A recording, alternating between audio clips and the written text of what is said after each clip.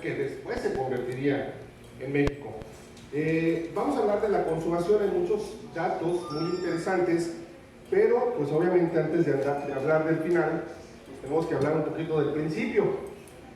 Tradicionalmente nos han platicado, y desde que todos cursamos la escuela elemental, siempre se remiten al movimiento de Miguel Hidalgo como si no hubiera habido un antes. Cabe destacar que durante el siglo XVIII hubo por lo menos 10 intentos de levantamientos en contra del gobierno colonial.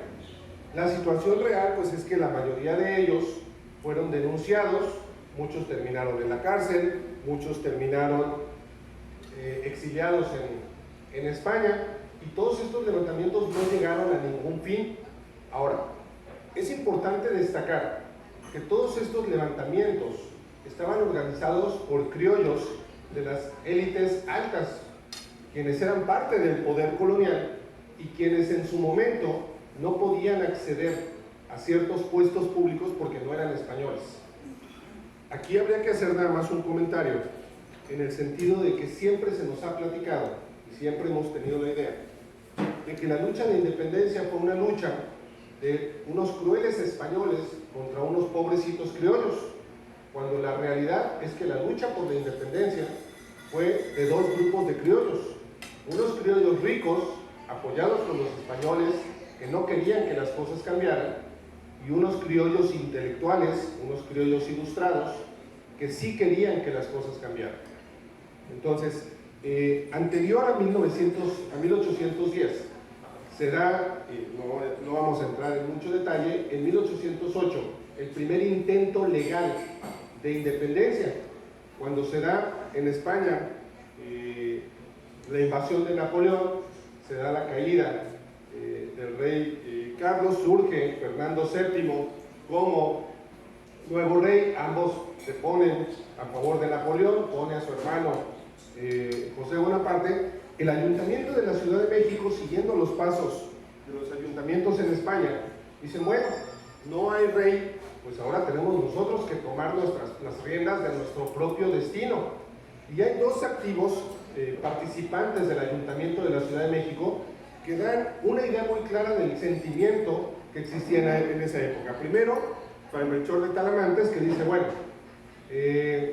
no tenemos rey, no tenemos quien nos gobierne, pues tenemos nosotros que tomar las riendas de nuestro propio destino. Tenemos nosotros que ser los que empecemos a gobernar. Y entonces estos criollos del ayuntamiento dicen, bueno, vamos a empezar a organizar un gobierno local en lo que en España terminan de arreglar sus asuntos, porque aquí no estamos acéfalos. Melchor de Talamantes tiene esta tesis que dice, bueno, si no hay rey, si nadie nos está gobernando, pues nosotros tenemos que ser quienes gobiernen. En la misma manera, Francisco Primo de Verdad, quien era síndico del Ayuntamiento de la Ciudad de México, pues sostiene la tesis de que, primero, pues no hay rey, y entonces el virrey, ¿quién lo sostiene en su cargo? Nadie. Entonces no tenemos gobierno, tenemos nosotros que tomar el gobierno en nuestras manos. Nosotros somos el Ayuntamiento de la Ciudad de México, tenemos que tomar el gobierno en nuestras manos. Y retomando las ideas ilustradas, dice pues que la soberanía radica esencialmente en el pueblo, y que es el pueblo el que tiene en todo tiempo la capacidad de elegir su forma de gobierno. Esas declaraciones le costaron terminar en la cárcel y pues que el día 4 de octubre lo encontraran ahorcado en su celda. Finalmente, en 1809, viene el levantamiento de Valladolid. En este levantamiento lo menciono rápido porque ya hay varios nombres que nos suenan conocidos.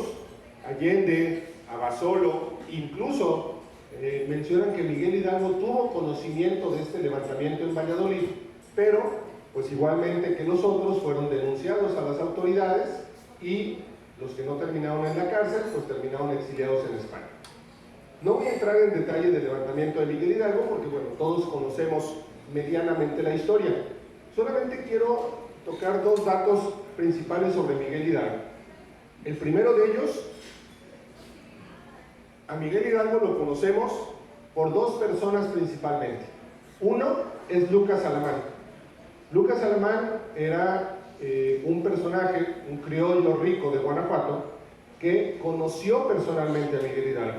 Varias veces comió y cenó con Miguel Hidalgo a la mesa. Y en su libro de Historia de México, Lucas Alamán describe a Miguel Hidalgo, y es la descripción que tenemos aquí: de cabeza caída, bastante cano y calvo, pasaba de 60 años. Para este momento Lucas Alamán era un muchacho de 18 años que conoció y que veía a Miguel Hidalgo, y bueno, esta es la descripción que deja de él. Y finalmente, gracias a esta descripción que tenemos, es que tenemos la imagen que conocemos todos de Miguel Hidalgo. Esta imagen que tenemos en monedas, en billetes, en pósters, en ilustraciones, surge de esta descripción de Lucas Alamán y del Segundo Imperio. Cuando Maximiliano llega a México, empieza a interesarse por la historia de México y dice: ¿quién fue Miguel Hidalgo? Pues enséñenme una pintura, algo que haya de él. Y había muchas ideas muy variadas. Manda, con la información que tenía de Lucas Alamán, a que se hiciera el retrato oficial de Miguel Hidalgo. Y ese retrato que nosotros conocemos hoy en día, este Miguel Hidalgo, es un cura de origen austriaco que venía con Maximiliano y que lo sentaron, lo pintaron, le pusieron algunos rasgos parecidos a lo que era Lucas Alamán, a lo que describió Lucas Alamán, y pues ya tenemos a Miguel Hidalgo. Entonces, la imagen que nosotros tenemos de Miguel Hidalgo es una composición del relato de Lucas Alamán y de un cura europeo de la corte de Maximiliano. Vamos a avanzar rápido. El movimiento, como todos ustedes saben, surge en Dolores, surge en la parroquia. A partir de ahí empieza el movimiento social de Miguel Hidalgo. Dura 9 meses únicamente. Empieza en septiembre de 1810 y culmina en mayo de 1811 con el fusilamiento de Hidalgo y pues de los que lo acompañaron. Viene Morelos a tomar el mando militar del movimiento insurgente, y pues lo más importante es que es la primera persona que habla de la independencia o de la libertad de la América septentrional. Nadie está hablando de la independencia de México, ahorita es la América septentrional.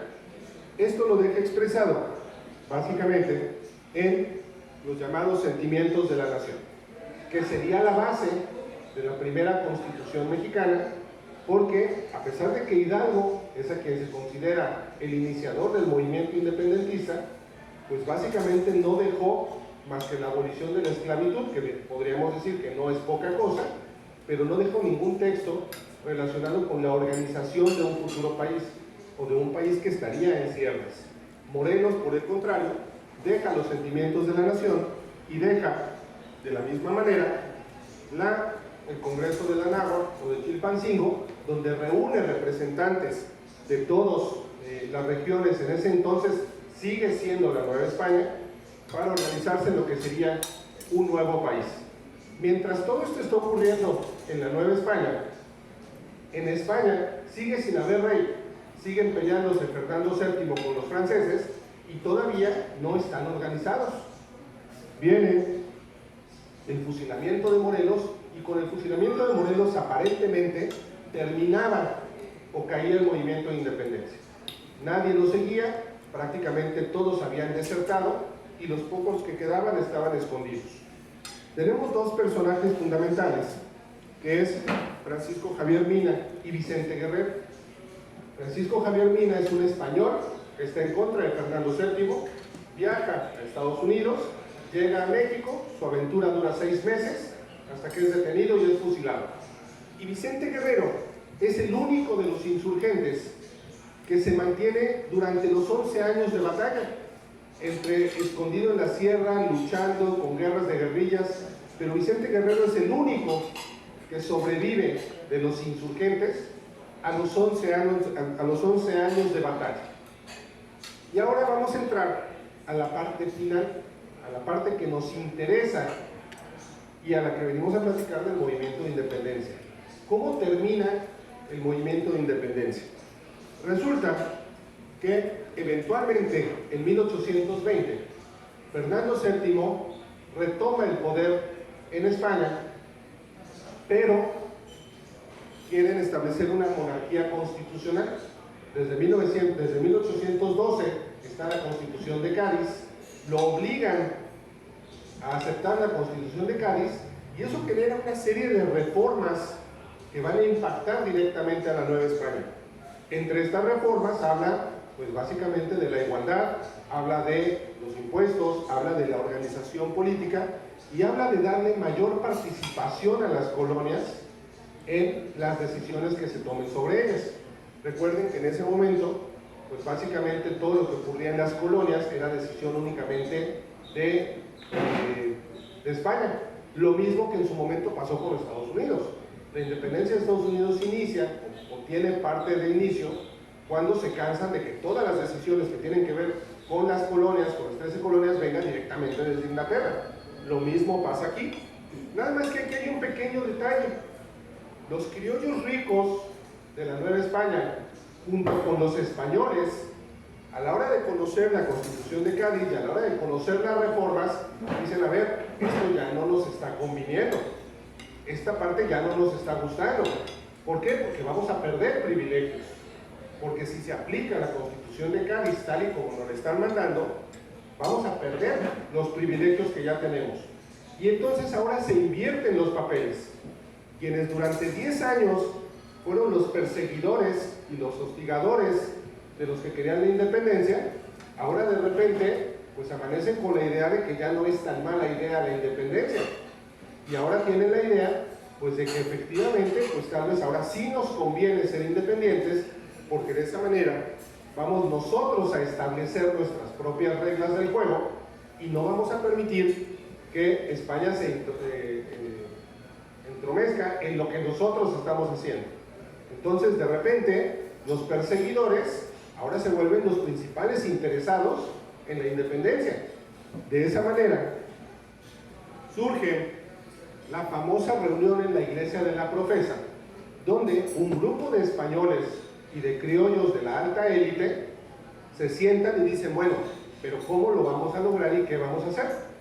Llaman a Agustín de Iturbide, que era pues un elemento muy valioso del ejército realista, pero que durante 11 años se había dedicado a perseguir a todos los insurgentes. Hace un momento comentaba yo de la conjura de Valladolid. Pues Agustín de Iturbide ya andaba persiguiendo insurgentes desde Valladolid. Persiguió a Hidalgo, persiguió a Morelos, persiguió a Guadalupe Victoria, no se diga Vicente Guerrero, Nicolás Bravo, a todos los persiguió. Y de repente le hablan y le dicen: mira, tú que los conoces y tú que conoces el territorio, pues necesitamos que los traigas de nuestro lado, porque queremos pactar con ellos, porque ahora sí queremos la independencia, porque ya vimos que sí conviene la independencia. Esa es la manera en la que llega Iturbide ahora de repente a querer negociar con los insurgentes la rendición y la obtención de la independencia. Las cosas se dan por una cuestión política y económica. En ese punto nadie está pensando si le conviene al pueblo, si el pueblo va a estar feliz, si va a mejorar la situación de las clases indígenas, si van a mejorarla. Ahorita es: nuestros intereses se van a ver comprometidos si no aceptamos la independencia. Y de esa forma, en 1821, Agustín de Iturbide empieza a tener comunicación con Guerrero a través de cartas y a través de mensajeros, donde le dicen: mira, pues yo sé que en estos últimos años las cosas no han estado bien, pero queremos pactar, queremos negociar para que termine la guerra, porque este derramamiento de sangre inútil no nos va a llevar a ningún lado. Mejor vamos a unirnos, tu ejército insurgente, mi ejército realista, y vamos a hacer juntos la independencia. ¿Por qué? Pues porque nos dimos cuenta que sí, que pues sí nos conviene a todos. Y entonces empieza una serie de intercambio de cartas entre Iturbide y Guerrero. Obviamente Guerrero pues, no le cree ni la hora a Iturbide. ¿Por qué? Pues de repente nos has estado persiguiendo, has fusilado a cuanto insurgente se te ha cruzado en el camino, y ahora de repente pues vienes y nos dices que quieres que seamos todos amigos, y pues así no funciona, ¿no? Porque ¿cuáles son las condiciones o qué es lo que está pasando? Y entonces Iturbide le dice: yo te doy mi palabra de que los voy a dejar de perseguir si se unen a mi ejército. Ella no habla del ejército realista, ella habla de su ejército. Se da este famoso plan de Iguala, donde Iturbide le manda a Guerrero el en ese entonces llamado Proyecto de Plan de Independencia de la Nueva España. Nótese que nadie está hablando de independencia de México, es independencia de la Nueva España, que se convertiría en el plan de Iguala. Guerrero dice, bueno, ¿cuál es lo oscuro aquí? ¿Cuál es el gato encerrado en todo esto, no? De repente empiezan a surgir muchas dudas y se da este famoso momento del abrazo de Acatempan, donde supuestamente se encuentran Iturbide y Guerrero en este lugar, y con un abrazo sellan el pacto del ejército insurgente y del ejército realista. Algunos escritores, entre ellos Lucas Alamán, dicen que hubiera sido imposible que Iturbide abrazara a Guerrero. Estamos hablando que Guerrero pues, es un indígena de origen mulato, y que Iturbide pues, es aquí con todas sus ínfulas europeas que no le hubieran ni dado la mano. Otros, como Carlos María de Bustamante, dicen que efectivamente se encontraron, que se abrazaron, que comieron juntos, que compartieron el pan, etcétera, etcétera. Hay una anécdota de este momento histórico en Iguala, y es que aquí en Iguala es donde surge la bandera nacional. La bandera que conocemos, verde, blanco y rojo, surge aquí en Iguala, y a pesar de que ha tenido muchas interpretaciones filosóficas en cuanto a los colores, que si el verde es la esperanza, que si el blanco es la religión, que si el rojo es la sangre en los campos derramada, etc., poco se conoce del origen de los colores, el porqué de los colores. Hay una anécdota que pues finalmente está en 2 libros y está en la página del gobierno federal, que dice que están comiendo y de repente pues se acercan el momento del postre y aparecen unos meseros, unos ayudantes, con charolas con pedazos de sandía. Y entonces que Guerrero se le acerca a Iturbide y le dice: estos son los colores de nuestra patria, el fruto de la tierra y lo que estamos comiendo. Es una anécdota, y si nos ponemos a pensar, pues decimos, bueno, pues sí, la sandía es verde, blanco, ¿o no? Insisto, en ningún libro de historia dice que así ocurrió. Son 2 anécdotas que están contadas en una biografía de Vicente Guerrero, aparentemente escrita por un descendiente de él, y la otra en otro libro de historia donde menciona que efectivamente Guerrero y Iturbide se encontraron, participaron de la comida, y que a la hora que llegó la sandía pues se les ocurrió que esos pudieran ser los colores.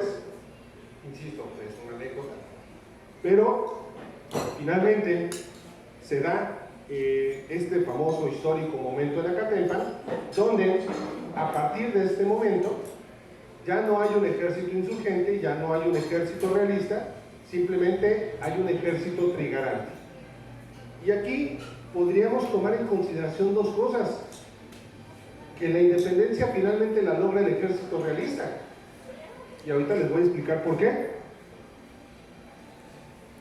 En 1821 ya prácticamente ya no hay movimiento de independencia, prácticamente está negociado el final del movimiento, y está negociado precisamente por las élites que en ese momento seguían gobernando la Nueva España. Estamos hablando los criollos, que económicamente ya eran una fuerza muy poderosa, y estamos hablando de los españoles que controlaban el poder político. ¿Quién logra la independencia? El poder político y el poder económico. ¿Dónde queda el pueblo? Pues el pueblo sigue estando relegado a las indicaciones o a las instrucciones o a los designios de los grupos de poder. El llamado ejército de las 3 garantías pues se convierte ahora en la parte primordial y la base de quienes van a lograr la independencia. Cada vez que Iturbide llegaba a un pueblo o a alguna ciudad, les explicaba su plan de independencia y les decía: únanse a mi ejército o pues voy a tener que luchar contra ustedes. Y al final, pues todo el ejército realista termina uniéndose a Iturbide, y es como logra amasar este gran ejército que al final entraría en la Ciudad de México. Hay un personaje fundamental, que es este señor Juan de Lodocú. Es el último virrey de la Nueva España, nombrado también capitán general de la Nueva España, que prácticamente cuando llega a México en 1821, pues llega a una Nueva España donde ya la situación es irreversible. Entonces lo único que le queda es negociar con Iturbide qué es lo que va a pasar y la entrega del poder. Hay unos datos muy interesantes. El 16 de septiembre de 1821, en Tacubaya, O'Donoghue lanza una proclama que dice pues que la guerra llegó a su fin, que 10 años de derramamiento de sangre han terminado y que pues les toca a los mexicanos decidir su propio destino. Esa es la proclama que lanza O'Donoghue el 16 de septiembre en Tacubaya, prácticamente terminando el movimiento de independencia y diciendo, bueno, señores, no hay nada más que hacer, hay que organizar un nuevo gobierno porque este es un nuevo país. De la misma manera, Iturbide proclama y va de pueblo en pueblo avisándoles que se ha logrado la independencia, que la Nueva España es un país libre, independiente de España, y que a partir de nosotros, pues que a partir de este momento, pues es decisión de los criollos y de los españoles el tipo de gobierno que van a tener. Les decía que finalmente el ejército realista, que durante más de 10 años se dedicó a perseguir a todos los insurgentes, se convierte en el ejército libertador, se convierte ahora en el ejército que va de pueblo en pueblo, liberando y proclamando la independencia, y llega a ser un ejército de hasta 30,000 hombres que marchan junto a Iturbide, proclamando por todos los rincones de la Nueva España la independencia. Finalmente llegaría este momento de septiembre de 1821, cuando el ejército trigarante, antes ejército realista, entra victorioso a la Ciudad de México, proclamando la independencia el día 27 de septiembre. Si se preguntan por qué el 27 de septiembre, nada en este mundo es casualidad. El 27 de septiembre es el cumpleaños de Agustín de Iturbide. Pudo haber sido el 26, pudo haber sido el 28, pudo haber sido cualquier día, pero Iturbide dijo, bueno, pues si cae cerca de mi cumpleaños, pues nos esperamos 2 días más y celebramos todos, ¿no? Motivos para la fiesta nunca faltan. Hay un detalle muy interesante, ya para terminar, sobre el acta de independencia de nuestro país. Si alguno de ustedes alguna vez ha tenido la curiosidad de leer quién firma el acta de independencia, se van a dar cuenta que no firma ningún insurgente, ni Guadalupe Victoria, ni Vicente Guerrero, que dicen que no sabían leer y escribir, eso dicen, ni Nicolás Bravo, nadie firma el acta de independencia. ¿Quién la firma? Pues el acta de independencia la firman españoles, criollos comerciantes, algunos incluso provenientes de Caracas y Buenos Aires.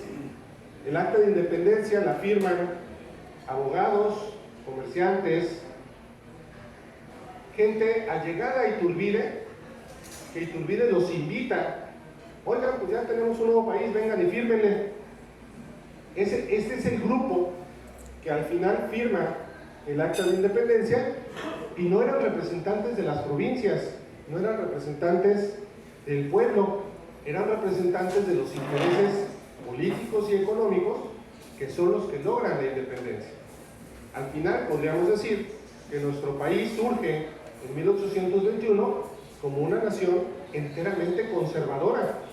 ¿Por qué? Porque son los españoles y los criollos de la alta sociedad quienes logran la independencia, no con la finalidad de ayudar al pueblo ni de beneficiar al pueblo, con la intención de que las cosas simplemente no cambien y se mantenga la misma situación que existía antes de la Nueva España y que ahora va a existir en el llamado Imperio Mexicano y posteriormente en la República Mexicana. Ya para finalizar, hoy en día la tecnología nos da, pues, es una puerta abierta para muchas cosas. Hoy en día podemos consultar a través de la página de la Hemeroteca Nacional los diarios y los periódicos de la época. Y entonces, pues si queremos leer el periódico de lo que estaba pasando en la Nueva España en 1821, pues podemos echarnos un clavado y ver qué está ocurriendo. Es muy interesante cómo siempre hemos escuchado el movimiento de Miguel Hidalgo y siempre se le ha puesto este halo gratificante del padre de la patria, porque así conocemos la historia. Pero, ¿cómo lo veían los españoles? ¿O cómo vio el gobierno virreinal el movimiento de independencia?